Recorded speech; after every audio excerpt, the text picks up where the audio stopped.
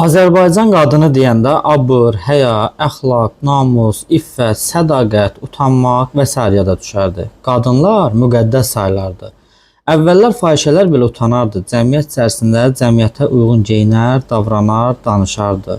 Hörmət qoyardı. Amma indi Bize kimsenin bilmediği bir sırrı açıklayabilir misin? Benim kız arkadaşım evli ola sevgilileri vardı. Aldatıyor yani. Evet, aldatıyor. Peki sevgilisinin bundan haberi yok. Sevgilisinin haberi yok, eşinin de haberi yok. Nasıl idare ediyor peki? Aynı anda idare ediyor işte. O da bir strateji. deməli xarici bloger Bakıda Azərbaycanlı qadınlardan sorğu götürür və o da utanmaz başlayır rəfiqəsinin əxlaqsızlığından, xəyanətindən fəxrlə gülərək danışmağa.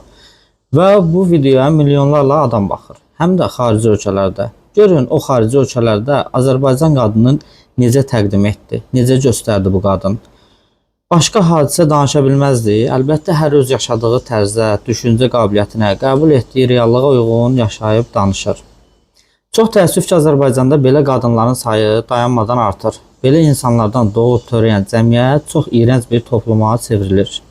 Və belələrini qınayana öz taytuşları başlayır əxlaqlını əxlaqsız çıxartmağa, təhqirlər etməyə. Atalar demişkən, oğru ilə danışır, doğrunun bağrı çatlayır. Belə dırnaqarası inkişafa da, azadlığa da, müasirliyə də, yaşayışa da, cəmiyyətə də